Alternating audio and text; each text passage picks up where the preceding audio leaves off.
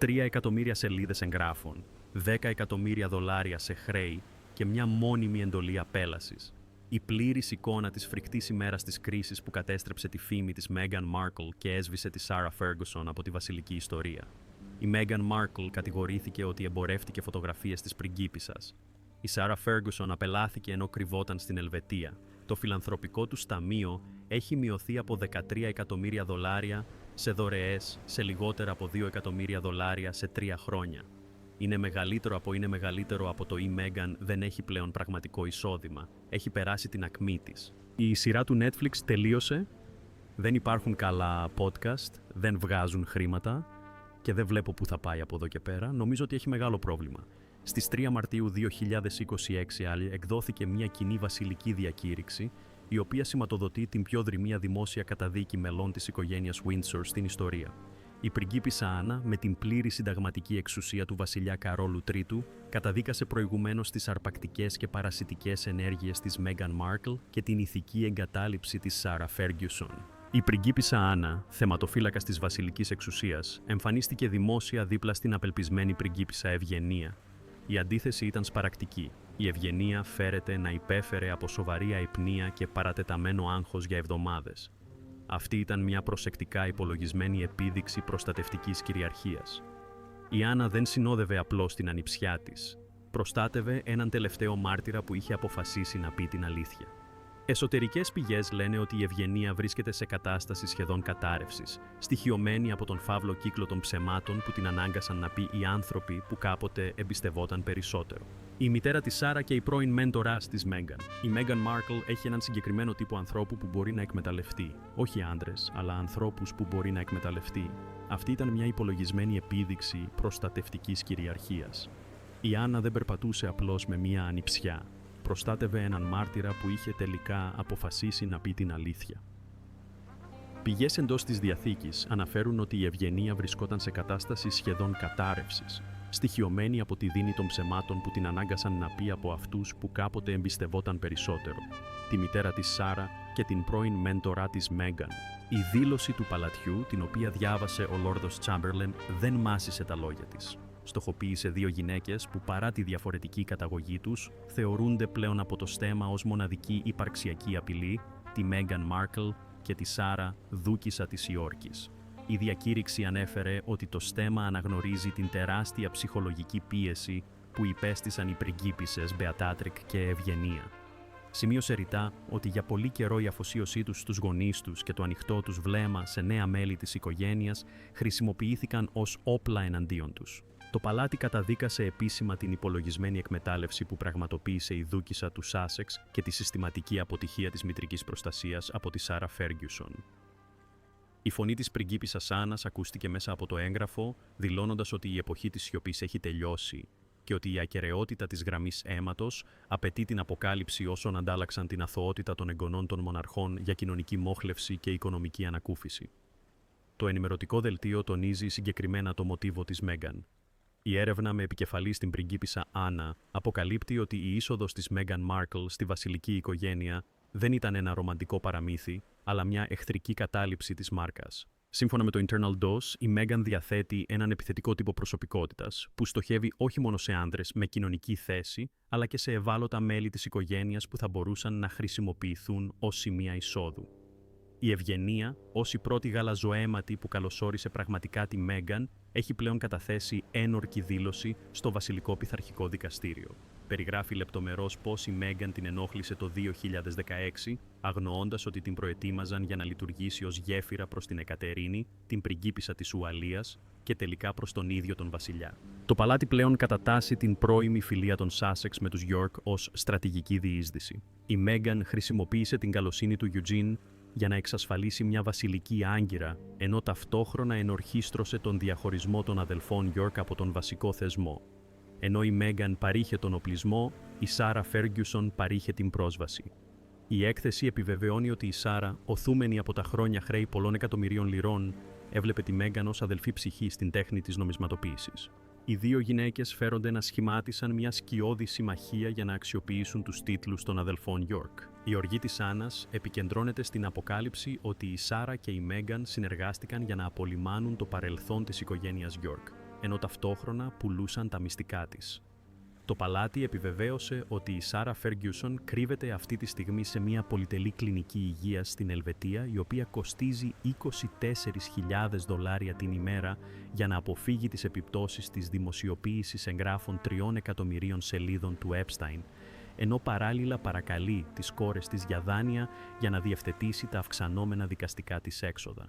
Από το μεσημέρι της 3ης Μαρτίου, η βασιλική οικογένεια έχει τεθεί σε καθεστώς συσκότησης πρωτοκόλου επίπεδου 1. Κάθε επικοινωνία με το μονασέτο έχει διακοπεί. Ο βασιλιάς έχει εξουσιοδοτήσει τον πρίγκιπα William να χρησιμοποιήσει κάθε μέσο για να προστατεύσει την εικόνα του στέμματος. Ενώ η πριγκίπισσα Άννα έχει λάβει την εντολή να αποδομήσει τον ιστό του Sussex York, ο William φέρεται να έχει χρησιμοποιήσει τα διεθνή δίκτυα πληροφοριών του για να διασφαλίσει ότι δεν θα φτάσουν στον κυρίαρχο τύπο περαιτέρω κακόβουλες φήμες από το στρατόπεδο του Sussex. Έχει απευθύνει μια τελευταία προειδοποίηση στη Μέγκαν. Οποιαδήποτε περαιτέρω προσπάθεια αξιοποίησης του τραύματος των αδελφών York θα οδηγήσει στην άμεση και πλήρη ανάκληση όλων των εναπομενουσών νομικών προστασιών. Το μήνυμα από τη μοναρχία είναι μοναδικό. Ο άξονας χειραγώγησης του York Sussex έχει σπάσει. Στέκοντας στο πλευρό της ευγενίας, η Άννα έχει σηματοδοτήσει ότι το στέμμα θα συγχωρήσει τους χρησιμοποιούμενους, αλλά ποτέ δεν θα συγχωρήσει τους χρήστες. Το κλαδί ελιάς έχει καεί. Στη θέση του βρίσκεται το σιδερένιο σκύπτρο της θεσμικής επιβίωσης. Καθώς το ρολόι χτύπησε 200 μετά μεσημβρία στις 3 Μαρτίου 2026, το Βασιλικό Πειθαρχικό Δικαστήριο, RDT, δημοσίευσε μια συνοπτική περίληψη της ένορκης κατάθεσης της πριγκίπισσας Ευγενίας.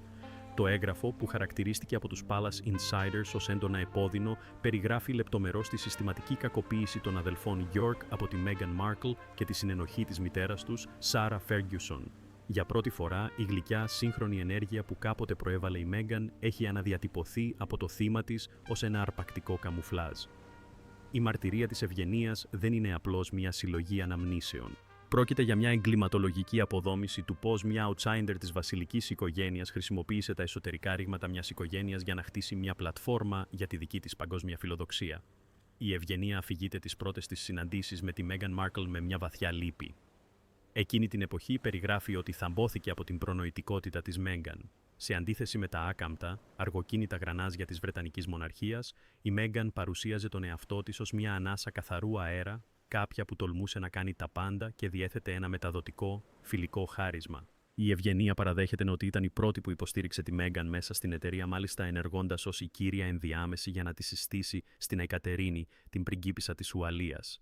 Είδα μια αδερφή σε αυτήν. Η δήλωση της Ευγενίας αναφέρει: «Ήταν θερμή, ενδιαφερόταν για τη ζωή μου και φαινόταν να νοιάζεται πραγματικά για την απομόνωση που νιώθαμε εγώ και η Μπεατρίτσε ως δευτερεύοντα μέλη της βασιλικής οικογένειας. Δεν συνειδητοποίησα ότι της παρήχα το θεσμικό σχέδιο που χρειαζόταν για να μας διαλύσει». Η μαρτυρία αποκαλύπτει ότι η φιλία της Meghan ήταν μια υπολογισμένη επένδυση. Έμεινε στο Frogmore Cottage, μοιράστηκε προσωπικές διακοπές με την Eugenie και τον Jack Brooksbank και χρησιμοποίησε αυτές τις στιγμές για να αποσπάσει ευαίσθητες πληροφορίες σχετικά με την εσωτερική δυναμική του ιδιωτικού κύκλου της εκλειπούσας βασίλισσας. Η μαρτυρία παίρνει μια πιο σκοτεινή τροπή, καθώς η Eugenie περιγράφει πως η Meghan άρχισε να οδηγεί την οικογένεια York, τη Sarah, τον Andrew, την Beata Trees και τον εαυτό της σε ένα ενιαίο μέτωπο. Ενώ οι αδελφές αρχικά ένιωθαν ότι ανήκαν σε αυτή τη νέα cool βασιλική κλίκα, σύντομα επικράτησε ένα αίσθημα βαθιάς ανησυχίας. Η Meghan φέρεται να άρχισε να υπαγορεύει τον τρόπο με τον οποίο οι York θα έπρεπε να διαχειρίζονται τη δημόσια εικόνα τους, δημιουργώντας διακριτικά μια διχόνοια μεταξύ αυτών και των αξιωματούχων του παλατιού των Γκρίζων που διαχειρίζονταν τις υποθέσεις των κυρίαρχων. Η Ευγενία περιγράφει την τρομακτική της σκέψη όταν συνειδητοποίησε ότι η Meghan δεν ήταν απλώς μια φίλη, αλλά ένας στρατηγικός χειριστής. Κάθε δείπνο, κάθε ιδιωτική συζήτηση σχετικά με τον πατέρα τους, τα αυξανόμενα νομικά προβλήματα του πρίγκιπα Άντριου φέρεται να καταγράφονταν ή να σημειώνονταν για μελλοντική χρήση. Ο στόχος της Meghan, σύμφωνα με την περίληψη του RDT, ήταν να δημιουργήσει ένα σκιώδες δικαστήριο όπου η York θα ήταν υποταγμένη στο εμπορικό σήμα του Sussex. Η Beatrix και η Ευγενία δεν ήταν πλέον ξαδέρφες. Ήταν τα κλειδιά που έπρεπε να χρησιμοποιηθούν στον πόλεμο της Meghan ενάντια στην παραδοσιακή ιεραρχία. Ίσως το πιο συγκλονιστικό μέρος της κατάθεσης αφορά τη Sarah Ferguson. Η Ευγενία επιβεβαιώνει ότι η χρόνια οικονομική αστάθεια της μητέρας της την έκανε εύκολο στόχο της επιρροής της Meghan. Αντί να προστατεύει τις κόρες της από τις επιπτώσεις της σχέσης του πατέρα τους με τον Τζέφρι Έπσταϊν, η Σάρα φέρεται να έβλεπε τον τρόπο με τον Σάσεξ ως οικονομική σανίδα σωτηρίας. Η έκθεση αποκαλύπτει ένα οδυνηρό χρονοδιάγραμμα. Η Σάρα, απεγνωσμένη για οικονομικές συμβουλές, καθώς το χρέος της εκτοξευόταν σε δεκάδες εκατομμύρια, άρχισε να στέλνει email στον Έπσταϊν, αποκαλώντας τον αληθινό της φίλο. Η Ευγενία καταθέτει ότι η Μέγκαν όχι μόνο το γνώριζε αυτό, αλλά και ενθάρρυνε την εγκύτητα. Ο πιο σοκαριστικός ισχυρισμός αφορά μια συνάντηση στο Palm Beach, που έλαβε χώρα μόλις 5 ημέρες μετά την αποφυλάκηση του Έπσταϊν από την τρίμηνη ποινή φυλάκισης. Η Ευγενία περιγράφει ότι πιέστηκε από τη μητέρα της και καθοδηγήθηκε από τη ρητορική της Μέγκαν να παραστεί μαζί με την τότε δίχρονη Μπεατρίτσε. Μας είπαν ότι ήταν ένας στενός θείος που θα μπορούσε να σώσει το μέλλον της οικογένειας. Η Eugenia φυγείται τα email από εκείνη την περίοδο που δείχνουν την αδιάκοπη παρότρινση της Μέγκαν, η οποία με παρότρινε να παραμείνω χρήσιμη στους ευεργέτες της οικογένειας. Η φιλία έφτασε στο τελικό της σημείο τον Οκτώβριο του 2025, όταν ο βασιλιάς Κάρολος Τρίτος αφαίρεσε επίσημα από τον πρίγκιπα Άντριου τους εναπομείναντες τίτλους του και τον έδιωξε από τη βασιλική στοά. Εκείνη ακριβώς τη στιγμή, όταν η οικογένεια York ήταν στην πιο ευάλωτη φάση της, η αφοσίωση των Σάσεξ εξανεμίστηκε. Η Ευγενία περιγράφει λεπτομερώς πως η Μέγκαν και ο Χάρι όχι μόνο διέκοψαν κάθε επαφή, αλλά άρχισαν ενεργά να πωλούν το τραύμα της York σε αμερικανικά μέσα ενημέρωσης για να ενισχύσουν τη δική τους αφήγηση θύματος. Όταν η Σάρα Φέργκιουσον ζήτησε βοήθεια από τη Μέγκαν, οι εκκλήσεις της αγνοήθηκαν. Ανταυτού, η Μέγκαν χρησιμοποίησε τον πρόσφατα δημοσιευμένο φάκελο των 3 εκατομμυρίων σελίδων του Έπσταϊν στις αρχές του 2026 για να εξαπολύσει ένα προληπτικό χτύπημα. Η Μέγκαν αποκάλυψε δημόσια τα ίδια μυστικά που είχε βοηθήσει τη Σάρα να διαχειριστεί, ουσιαστικά ρίχνοντας τις αδερφές York στο περιθώριο για να αποστασιοποιηθούν από το σκάνδαλο, ενώ ταυτόχρονα εκμεταλλεύονταν τα κουτσομπολιά για τα podcast και τα συμβόλαιά της με τα μέσα ενημέρωσης. Το συσσωρευμένο βάρος αυτής της διπλής προδοσίας από μια μητέρα που αντάλλαξε την ασφάλεια της κόρης της με χρήματα και μια φίλη που χρησιμοποίησε τα μυστικά τους ως συνάλλαγμα οδήγησε την Ευγενία στην τρέχουσα κατάσταση πλήρους συναισθηματικής κατάρρευσης. Μέχρι τη στιγμή που επικοινώνησε με την πριγκίπισσα Άννα, φέρεται να υπέφερε από σοβαρές κρίσεις πανικού και δεν είχε κοιμηθεί για μέρες. Η παρέμβαση της πριγκίπισσας Άννας ήταν άμεση. Λέγεται ότι είπε στην Ευγενία: «Το στέμμα δεν διαπραγματεύεται με παράσιτα, είτε βρίσκονται στο Μονασέτο, είτε σε μια πολυτελή κλινική στην Ελβετία». Η απόφαση της Άννας να φέρει την Ευγενία στο βασιλικό μπλοκάρισμα ήταν μια αριστοτεχνική κίνηση εσωτερικής πειθαρχίας. Αφαίρεσε την επιρροή του Σάσεξ και έδωσε στην Ευγενία την κυρίαρχη ασπίδα που χρειαζόταν για να μιλήσει επιτέλους. Από το απόγευμα της 3ης Μαρτίου 2026, η συμμαχία του Σάσεξ και της Υόρκης δεν είναι απλώς νεκρή. Αντιμετωπίζεται ως τόπος εγκλήματος ψυχολογικού πολέμου. Οι αδελφές York επέλεξαν το σιδερένιο σκύπτρο του στέμματος αντί του δηλητηριώδους δισκοπότηρου του Μοντεσέτο, καθώς το ρολόι πλησίαζε τις 4:00 μετά μεσημβρίας στις 3 Μαρτίου 2026. Το παγκόσμιο τοπίο των μέσων ενημέρωσης πυρπολήθηκε από τον έλεγχο που δημοσίευσε το Υπουργείο Δικαιοσύνης. Αυτό το τμήμα της έρευνας, με εσωτερική ονομασία Επιχείρηση Αηδόνη, επικεντρώνεται στο καταστροφικό ίχνος εγγράφων που άφησε η Σάρα Φέργκιουσον και στην φερόμενη ψηφιακή μεσιτεία που πραγματοποίησε η Μέγκαν Μάρκλ. Ο φάκελος, που περιλαμβάνει πάνω από 3 εκατομμύρια σελίδες ανακτημένων email, κρυπτογραφημένων μηνυμάτων και οικονομικών βιβλίων, σκιαγραφεί μία ανατριχιαστική εικόνα για το πώς οι πριγκίπισσες της York αντιμετωπίστηκαν ως διαπραγματεύσιμα αγαθά σε ένα παιχνίδι κοινωνικής και οικονομικής επιβίωσης υψηλού ρίσκου. Ο πυρήνας του σκανδάλου έγκυται στην ανακτημένη αλληλογραφία μεταξύ της Σάρα Φέργκιουσον και του Τζέφρι Έπσταϊν. Δεν πρόκειται απλώς για κοινωνικές σημειώσεις, είναι συναλλακτικές εκκλήσεις. Καθώς τα χρέη της έφταναν στα 30 εκατομμύρια, η Σάρα φέρεται να στράφηκε στον Έπσταϊν, τον οποίο ανέφερε γραπτός ως τον αληθινό της φίλο και τον μοναδικό οικονομικό της σωτήρα. Τα email αποκαλύπτουν μια μητέρα που ήταν πρόθυμη να παρακάμψει κάθε βασιλικό πρωτόκολλο για να εξασφαλίσει μια σανίδα σωτηρίας για χρήματα. Το πιο καταδικαστικό είναι η αποκάλυψη ότι η Σάρα ζήτησε την καθοδήγηση του Έπσταϊν για τα κοινωνικά ντεμπούτα της κόρης της. Σε μια ανταλλαγή email το 2017, η Σάρα φέρεται να συζήτησε την εμπορευσιμότητα της Μπεατρίτς και της Ευγενίας, ζητώντας από τον Έπσταϊν συμβουλές για το πώς να τις τοποθετήσει σε κύκλους ακραίου πλούτου και επιρροής. Η έρευνα της πριγκίπισσας Άννας διαπίστωσε ότι η Σάρα έβλεπε τον Έπσταϊν όχι ως αρπακτικό, αλλά ως πρόεδρο του Διοικητικού Συμβουλίου για την επιβίωση της οικογένειας York. Αυτή η ηθική τύφλωση είναι που οδήγησε τώρα στον πλήρη αφορισμό της από το βασιλικό οίκο. Αν η Σάρα παρήχε την πρόσβαση, η Μέγκαν Μάρκλ φέρεται να παρήχε τη σύγχρονη επιρροή. Ο φάκελος περιέχει ανησυχητικούς ισχυρισμούς ότι κατά τη διάρκεια της ακμής της φιλίας τους από το 2018 έως το 2019, η Μέγκαν ανέλαβε τον έλεγχο της ψηφιακής αφήγησης της αδελφής York. Το πιο ανησυχητικό είναι ότι η Internal Palace Intelligence έχει επισημάνει μία σειρά κρυπτογραφημένων αρχείων που στάλθηκαν από έναν ιδιωτικό διακομιστή στο Μονασέτο σε οντότητες που σχετίζονται με τους εναπομείναντες νόμιμους εκπροσώπους της περιουσίας Epstein. Αυτά τα αρχεία φέρονται να περιείχαν εικόνες από τον τρόπο ζωής της Beatrix και της Eugenie, ειλικρινείς φωτογραφίες τους να κάνουν ποδήλατο στα Cotswolds και πεζοπορία στις Άλπεις. Ενώ φαινομενικά αθώες, το παλάτι υποστηρίζει ότι αυτές οι εικόνες στάλθηκαν σε συνεργάτες του Epstein για να επικυρωθεί η εγκύτητα των Sussex με την εσωτερική βασιλική οικογένεια.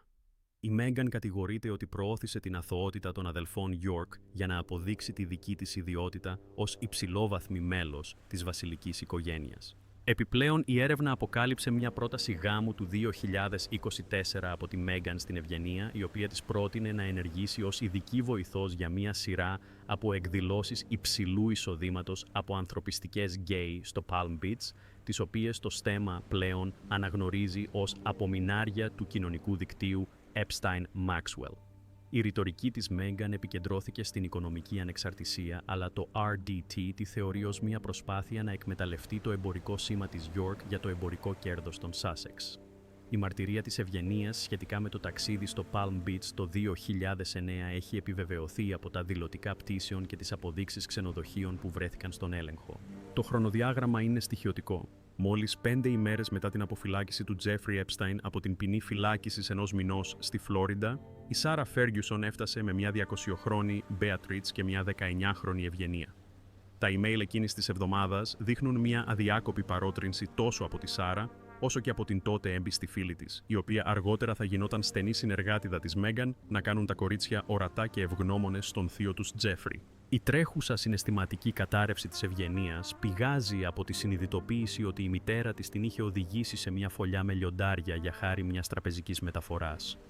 Η επακόλουθη αποκάλυψη αυτού του γεγονότος από τη Μέγκαν Μάρκλ στις αρχές του 2026 δεν ήταν μια πράξη διαφάνειας, αλλά μια στρατηγική διαρροή που είχε σχεδιαστεί για να καταστρέψει την αξιοπιστία των York ακριβώς τη στιγμή που οι Sussex χρειάζονταν έναν νέο αντιπερισπασμό για τα δικά τους αυξανόμενα νομικά χρέη.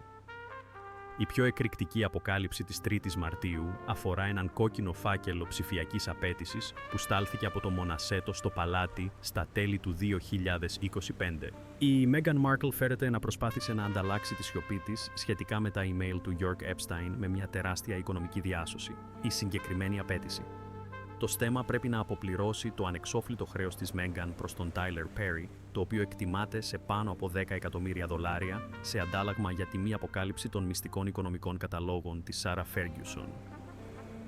Η πριγκίπισσα Άννα και ο πρίγκιπας Γουίλιαμ φέρεται να ανταποκρίθηκαν σε αυτή την απέτηση μέσω της κλινικής ICE. Αντί να πληρώσουν, εξαπέλυσαν την επιχείρηση καθαρή πλακέτα, επιλέγοντας να αποκαλύψουν οι ίδιοι την αλήθεια και προστατεύοντας την Ευγενία ως προστατευόμενη μάρτυρα. Αυτή η κρίσιμη κίνηση σκακιού δίπλα στο στέμα έχει καταστήσει άχρηστη την επιρροή της Μέγκαν. Δεν είναι πλέον πληροφοριοδότης. Πλέον νομικά χαρακτηρίζεται ως συνεργός σε θεσμική δυσφήμιση. Η αντίθεση μεταξύ των ενεργειών της Σάρα Φέργιουσον και της τρέχουσας βασιλικής αντίδρασης είναι το κεντρικό θέμα της ενημέρωσης των 4 μετά μεσημβρίας.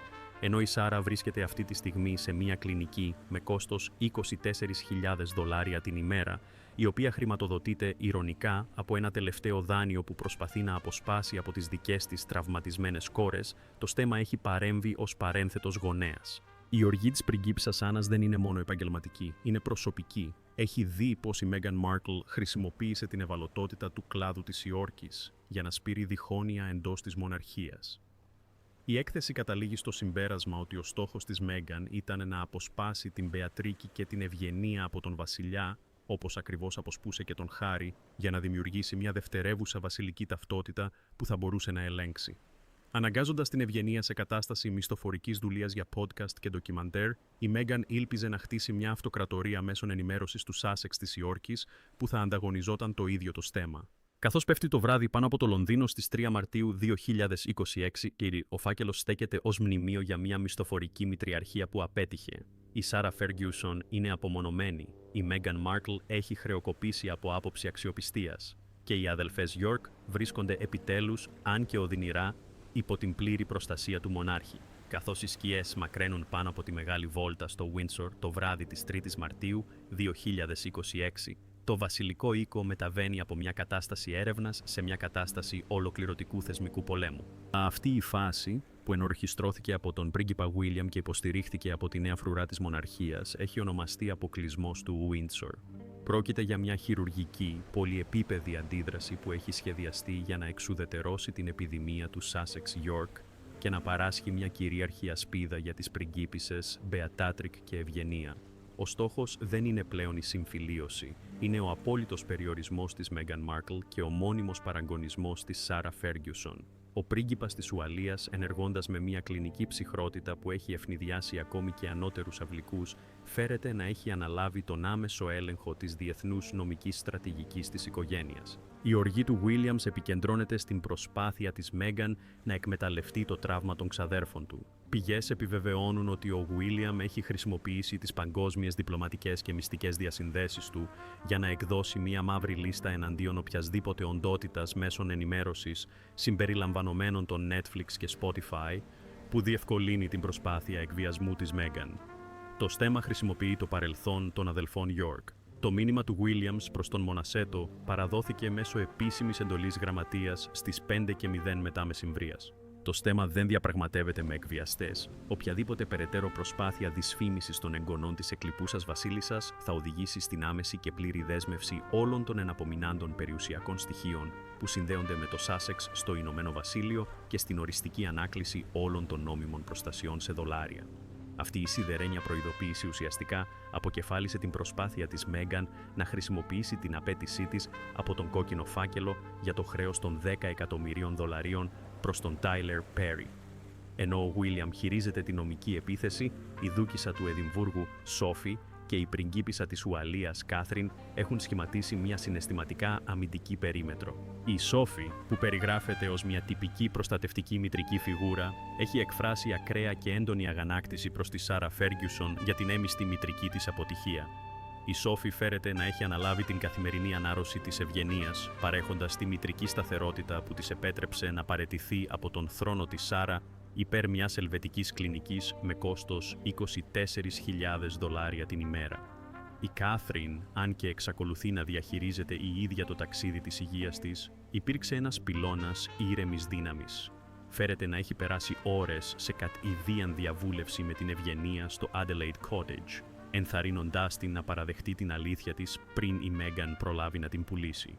Αυτό το ενωμένο μέτωπο γυναικών της βασιλικής οικογένειας έπαιξε καθοριστικό ρόλο στο να σπάσει η ψυχολογική λαβή του Sussex York.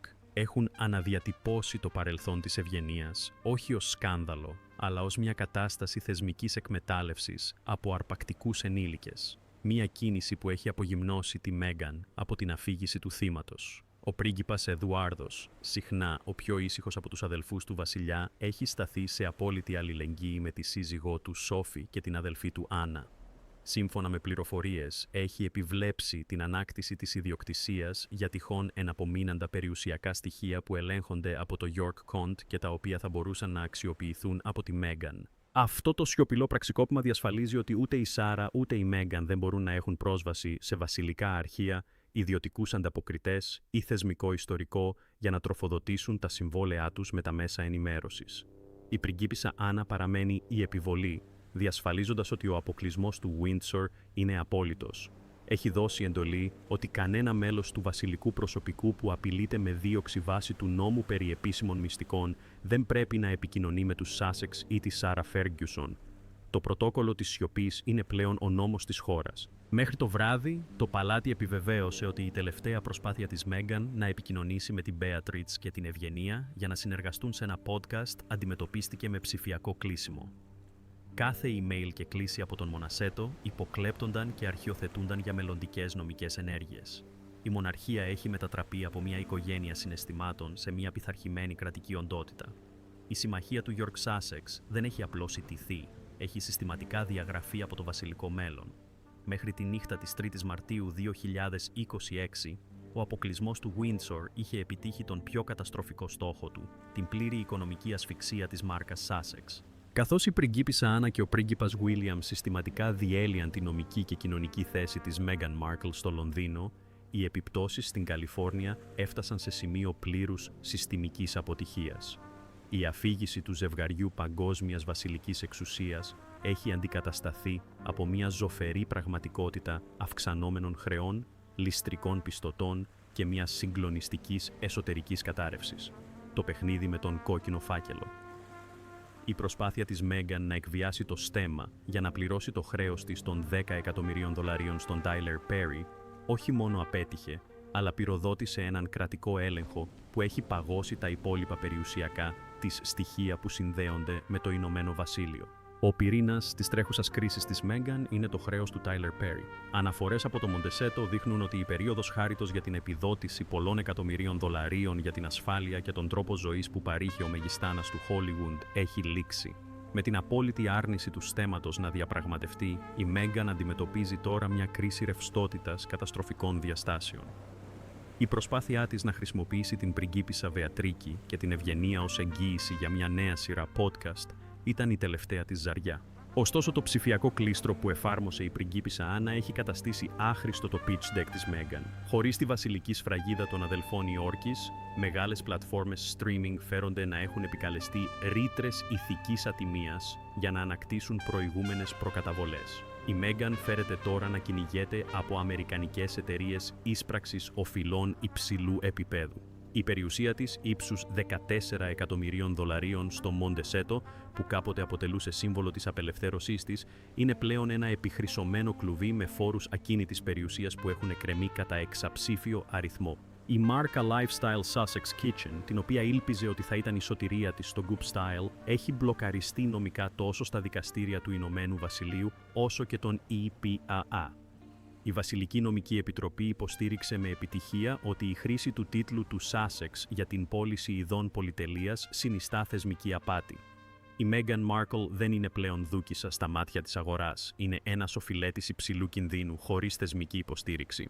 Ίσως η πιο ανατριχιαστική λεπτομέρεια της έκθεσης της 3ης Μαρτίου είναι η πλήρης απαγόρευση των μέσων ενημέρωσης σχετικά με τον πρίγκιπα Χάρι. Ενώ η Μέγκαν διαρρέει μανιωδώς τίτλους για την πυρηνική επιλογή σε διάφορες ταμπλόιντ εφημερίδες, ο Χάρι δεν έχει εμφανιστεί ούτε έχει ακουστεί τίποτα από την καταστροφή στο αεροδρόμιο της Ιορδανίας στα τέλη Φεβρουαρίου.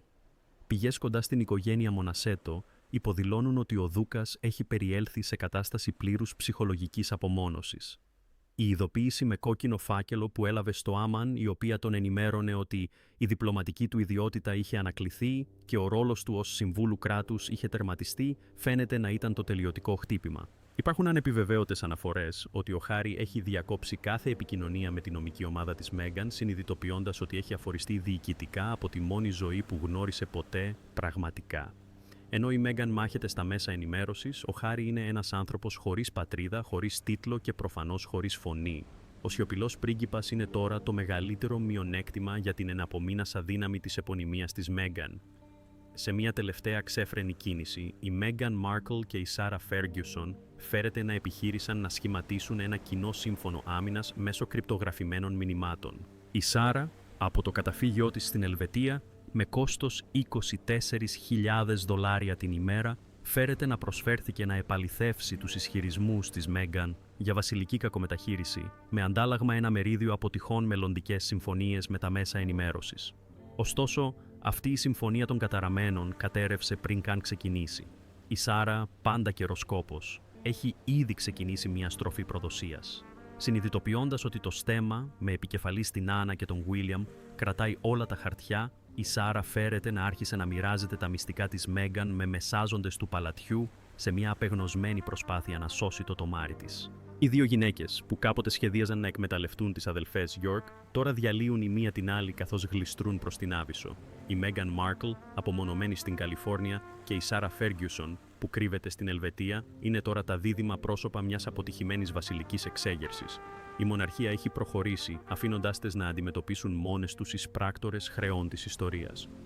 Η επιχείρηση «Καθαρή Ιστορία» με επικεφαλή στην πριγκίπισσα Άννα έχει πετύχει αυτό που πολλοί θεωρούσαν αδύνατο, την χειρουργική αφαίρεση της κακοήθειας του Σάσεξ Γιόρκ από το θεσμικό σώμα του στέμματος. Η ημέρα της 3ης Μαρτίου θα καταγραφεί στα βασιλικά αρχεία ως η Μεγάλη Επανεκκίνηση, μια στιγμή όπου ο συναισθηματισμός της οικογένειας αντικαταστάθηκε οριστικά και αμετάκλητα από το δόγμα της θεσμικής ακεραιότητας. Η εποχή της ασάφειας, όπου οι βασιλικοί τίτλοι μπορούσαν να ανταλλάσσονται με λεπτά Netflix ή να χρησιμοποιούνται ως ασπίδες για χρέη που συνδέονταν με τον Epstein, έχει θαυτεί κάτω από το σιδερένιο σκύπτρο του βασιλιά Καρόλου Τρίτου. Το πιο σημαντικό αποτέλεσμα αυτής της τραυματικής εβδομάδας είναι η θεσμική αποκατάσταση της πριγκίπισσας Ευγενίας. Κάποτε μια περιφερειακή βασιλική οικογένεια που βρέθηκε στο στέμμα των σκανδάλων των γονιών της και των χειρισμών της Μέγαν Μάρκλ, η Ευγενία αναγεννήθηκε ως κηδεμόνας του στέμματος. Υπό την άμεση καθοδήγηση της πριγκίπισσας Άννας και την προστατευτική πτέρυγα της δούκισσας του Εδιμβούργου, Σόφη, η Ευγενία μετατράπηκε από θύμα μισθοφορικής εκμετάλλευσης σε σύμβολο κυρίαρχης ανθεκτικότητας. Αναφορές από το Σάντριγχαμ δείχνουν ότι η Ευγενία πέρασε τις τελευταίες 48 ώρες σε κατάσταση βασιλικής απομόνωσης, καθοδηγούμενη από την πριγκίπισσα Βασιλική. Η αϊπνία και το άγχος που την βασάνιζαν κατά τη διάρκεια των αποτυχημένων προσπαθειών εκβιασμού της Μέγκαν φέρεται να έχουν αρχίσει να υποχωρούν αντικατασταθεί από μια σοβαρή διάβγεια. Η απόφαση της Ευγενίας να καταθέσει ένορκη εναντίον τόσο της Μέγκαν όσο και της μητέρας της, Σάρα Φέργκιουσον, χαιρετίζεται ως η γενναιότητα της γενεαλογίας της. Επιλέγοντας το στέμμα αντί της Συμφωνίας των Καταραμένων, η Εν εξασφάλισε το μέλλον της και αυτό των παιδιών της. Το παλάτι επιβεβαίωσε ότι η Ευγενία δεν θα είναι πλέον ανεξάρτητος πράκτορας, αλλά θα εργάζεται υπό αυστηρή εντολή δεοντολογίας, υπό την επίβλεψη του πρίγκιπα Βίλιαμ, διασφαλίζοντας ότι η πίστη της δεν θα διακυβευτεί ποτέ ξανά από εξωτερικούς θηρευτές. Ενώ η Ευγενία βρίσκει καταφύγιο, η μητέρα της, Σάρα Φέργκιουσον, έχει φτάσει στο σημείο χωρίς επιστροφή. Το δελτίο τύπου του παλατιού στις 11:59 μετά μεσημβρίας στις 3 Μαρτίου ήταν ανατριχιαστικά οριστικό. Η δούκισσα της Υόρκης δεν είναι πλέον φιλοξενούμενη του μονάρχη. Δεν πρόκειται απλώς για κοινωνική προσβολή, είναι διοικητικός αφορισμός. Μέχρι το βράδυ, η πρόσβαση της Σάρα σε όλα τα βασιλικά ψηφιακά αρχεία, τις ασφαλείς γραμμές επικοινωνίας, ακόμη και η εναπομένουσα άδεια ασφαλείας της στο Windsor είχε τερματιστεί.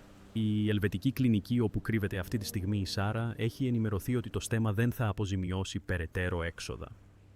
Η Σάρα Φέργκιουσον είναι πλέον ιδιώτης με σημαντικά χρέη, απογυμνωμένη από τη βασιλική άβρα που χρησιμοποιούσε για να ζητά κεφάλαια από ανθρώπους όπως ο Τζέφρι Έπσταϊν.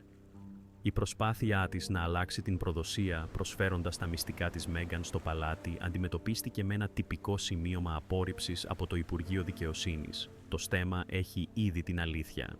Δεν χρειάζονται πλέον τον μεσίτη. Η κληρονομιά της Σάρα είναι πλέον άρρηκτα συνδεδεμένη με τον φάκελο Epstein, ένα τραγικό τέλος για μια γυναίκα που κάποτε ονειρευόταν να είναι η δύναμη πίσω από τον θρόνο. Στην Καλιφόρνια, η μάρκα Sussex βρίσκεται σε κατάσταση ανεπανόρθωτης ρευστοποίησης. Χωρίς τις αδερφές York να λειτουργούν ως βασιλικό περιεχόμενο, τα επερχόμενα media projects της Μέγκαν έχουν περιγραφεί από αναλυτές του κλάδου ως θεσμικά ορφανά, ενώ η απέτηση για $10 εκατομμύρια σε κόκκινο φάκελο έχει απορριφθεί με γέλιο από τη Βασιλική Νομική Επιτροπή.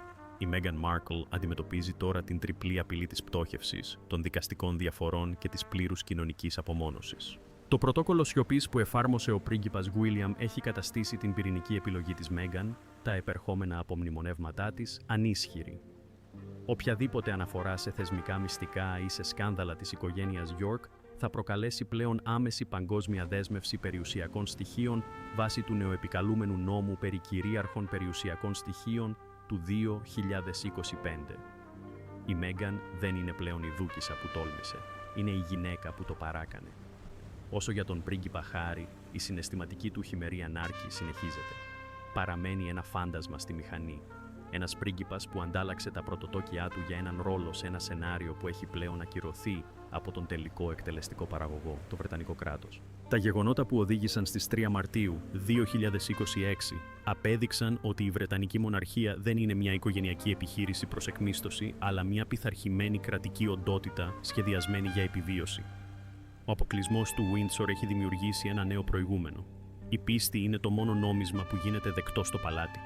Η πριγκίπισσα Άννα, οι θεματοφύλακες του στέμματος, Γουίλιαμ και η Κατερίνη και η κηδεμόνας, Ευγενία, έχουν σχηματίσει ένα νέο άρρηκτο τρίγωνο εξουσίας. Το περιστατικό στην Ιορδανία και ο φάκελος Epstein χρησιμεύσαν ως η φωτιά που μετριάστηκε η αποφασιστικότητα του νέου βασιλιά. Ο Κάρολος Τρίτος έχει μεταβεί από την ήπια διπλωματία στην κυρίαρχη πειθαρχία, αποδεικνύοντας ότι το στέμμα μπορεί και θα ακροτηριάσει τα ίδια του τα άκρα για να σώσει το σώμα. Η εποχή του Sussex York τελείωσε. Το κλαδί ελιάς έχει αντικατασταθεί από το σιδερένιο σκύπτρο. Καθώς ο ήλιος ανατέλει στις 4 Μαρτίου, το βασιλικό σημαίο κυματίζει ψηλά πάνω από το Windsor, όχι ως σημαία μιας οικογένειας, αλλά ως το λάβαρο ενός θεσμού που έχει επιβιώσει από 1000 χρόνια προδοσίας και έχει αναδειχθεί για άλλη μια φορά ως η απόλυτη εξουσία. Για την Ευγενία είναι μια νέα αρχή, για τη Μέγκαν και τη Σάρα είναι το οριστικό κλείσιμο των βιβλίων.